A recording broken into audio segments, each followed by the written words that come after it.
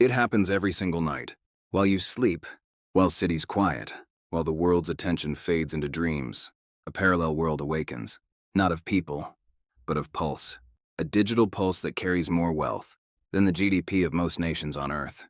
It flows through cables at the bottom of the ocean, bounces between satellites, and flickers through glass fibers buried beneath continents. It is silent, it is instantaneous, and it is almost completely invisible. We are told money moves through banks, through stock exchanges, through systems we can see and name, but that is the surface, the facade. Beneath it lies the true circulatory system of global power, a network so fast, so secretive, and so vast that it can rewrite the fate of economies between sunset and sunrise.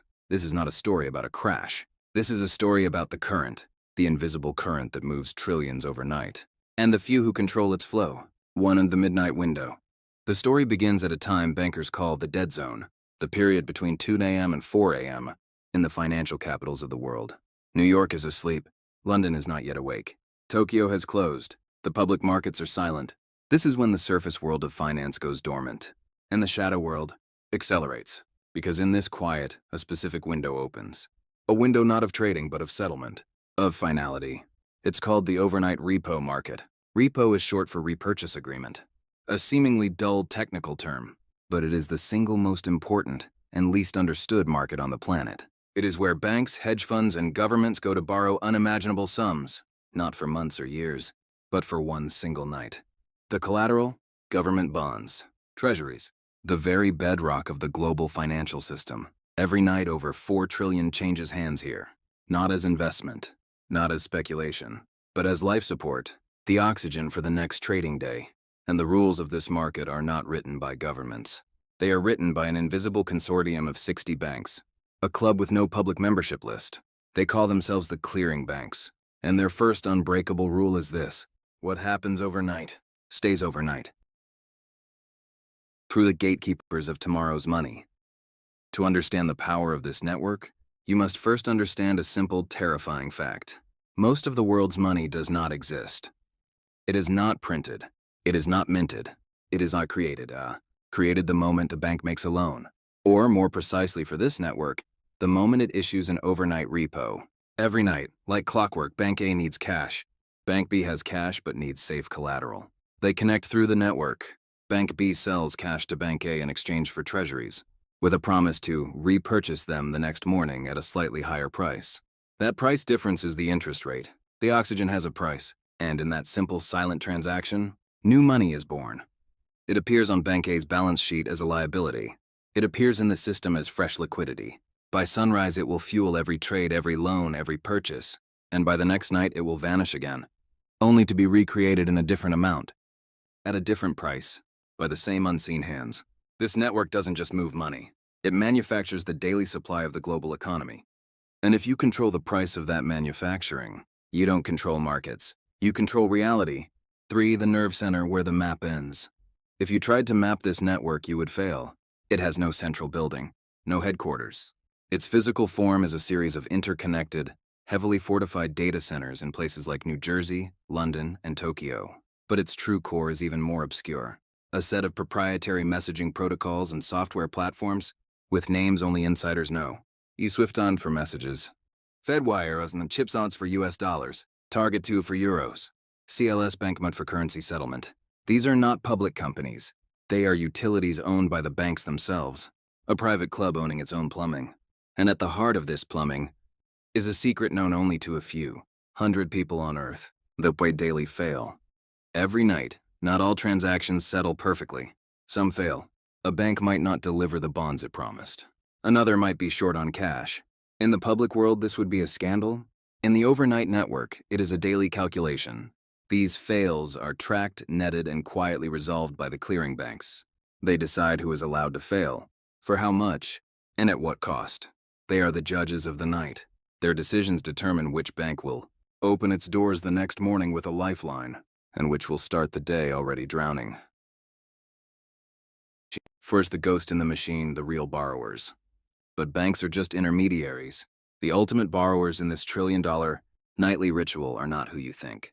They are the United States Treasury, constantly rolling over its debt, using the repo market as its nightly financing engine. Hedge funds, using treasuries as collateral to borrow cash and place massive, leveraged bets for the next day. Foreign governments, parking their reserves in U.S. bonds and lending them out each night for extra yield. The network is a hall of mirrors. Money flows from a pension fund in Norway, to a custodian bank in London, to a primary dealer in New York, to a hedge fund in Connecticut, and back again. All in milliseconds, all within the same nocturnal cycle. The identities are hidden behind layers of nominee accounts and legal entities. The purpose is obscured. All that is visible is the pulse, the relentless trillion-dollar pulse. And watching this pulse are the network's architects. They are not traders seeking glory. They are liquidity engineers. Their job is to keep the pulse steady. And when they cannot, they have a protocol. Our few of the night it almost stopped. September 16, 2019. For decades, the network hummed in perfect, silent rhythm. Then, on a quiet September night, it screamed. Overnight repo rates, normally a placid 2%, spiked to 10%. A vertical line on a chart that should never move. In human terms, the price of overnight oxygen suddenly quintupled. Banks with cash refused to lend. Banks needing cash faced ruin by morning. The network was seizing up. The cause was a perfect hidden storm. Corporate tax payments had drained cash from the system. New treasury bonds had flooded the market with collateral. The Federal Reserve had quietly withdrawn as a backstop. The intricate balance had broken. And for the first time, the public caught a glimpse of the machinery. Headlines called it a glitch, a technicality. But inside the walled data centers, it was a cardiac arrest. The clearing banks activated emergency protocols. Lines of communication that hadn't been used in years lit up. They began rationing liquidity, prioritizing their own. The network, designed for anonymity, suddenly had a hierarchy. And at the top of that hierarchy, a single decision was made. They called the Federal Reserve, not for regulation, for a bailout. The next day, the New York Fed announced it would intervene, not in the public stock market, but in the secret repo market. It would become the borrower and lender of last resort. Overnight, it nationalized the failure of a private network. The world saw a temporary market operation. The insiders saw the truth. The invisible network was not invincible. It was fragile. And its fragility was now a permanent public liability. It's the new architects, algorithms as gatekeepers. The 2019 crisis changed the network forever. It could no longer rely on quiet handshake agreements between bankers. The stakes were too high.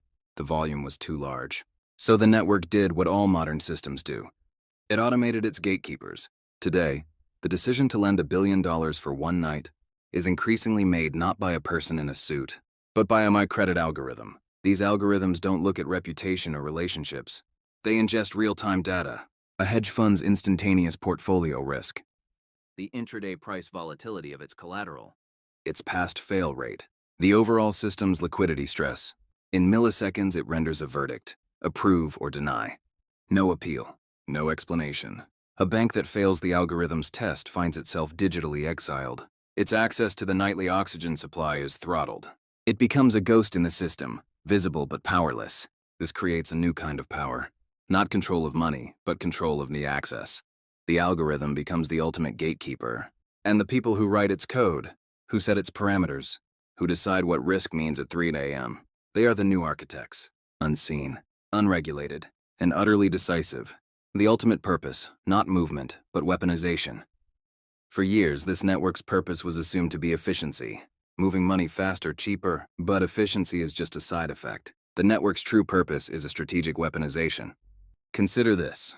When the West decided to sanction Russia's central bank in 2022, it didn't just freeze accounts. It exiled Russia from the network. It was banned from SWIFT. Its access to the nightly dollar repo market was severed. Overnight, a G20 economy's financial oxygen was cut off. The network didn't seize its money. It made its money untouchable. This is the ultimate evolution of financial power.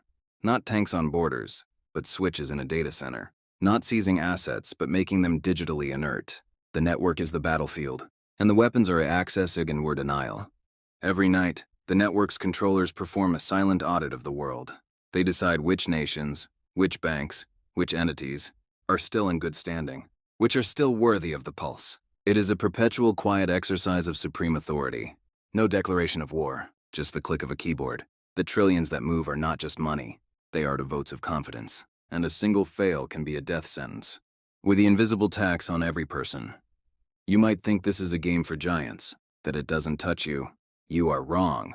This network places an invisible taxon on your life every single day. How? The price of the nightly oxygen, the repo rate, feeds directly into every interest rate you encounter. Your mortgage, your car loan, your credit card. When the network is stressed and rates spike, your world becomes more expensive. Quietly, instantly. Furthermore, the network's preference for safe, collateral, U.S. treasuries creates a perpetual, hidden subsidy for the U.S. government. It allows it to borrow more, cheaper than any other entity on Earth. This exorbitant privilege is paid for by the global demand for nightly dollar liquidity, a demand the network itself manufactures. Your labor, your taxes, your currency's value are all subtly shaped by the nocturnal rhythms of a system you cannot see. You are not a participant. You are a subject. Your economic reality is an output of its silent calculations and the lie of transparency. We live in an era of supposed financial transparency. Live tickers, real-time charts, instant news. This is the grand illusion. The public markets are the theater. The overnight network is the backstage machinery. The lights, the pulleys, the ropes that make the show possible. And that machinery operates in deliberate darkness. Its data is proprietary. Its transactions are confidential. Its rulebook is a private document. Regulators oversee it by asking for summary reports. Days later, by the time a transaction appears on any public balance sheet, it has been renewed, reversed, or rehypothecated 10 times over in the dark.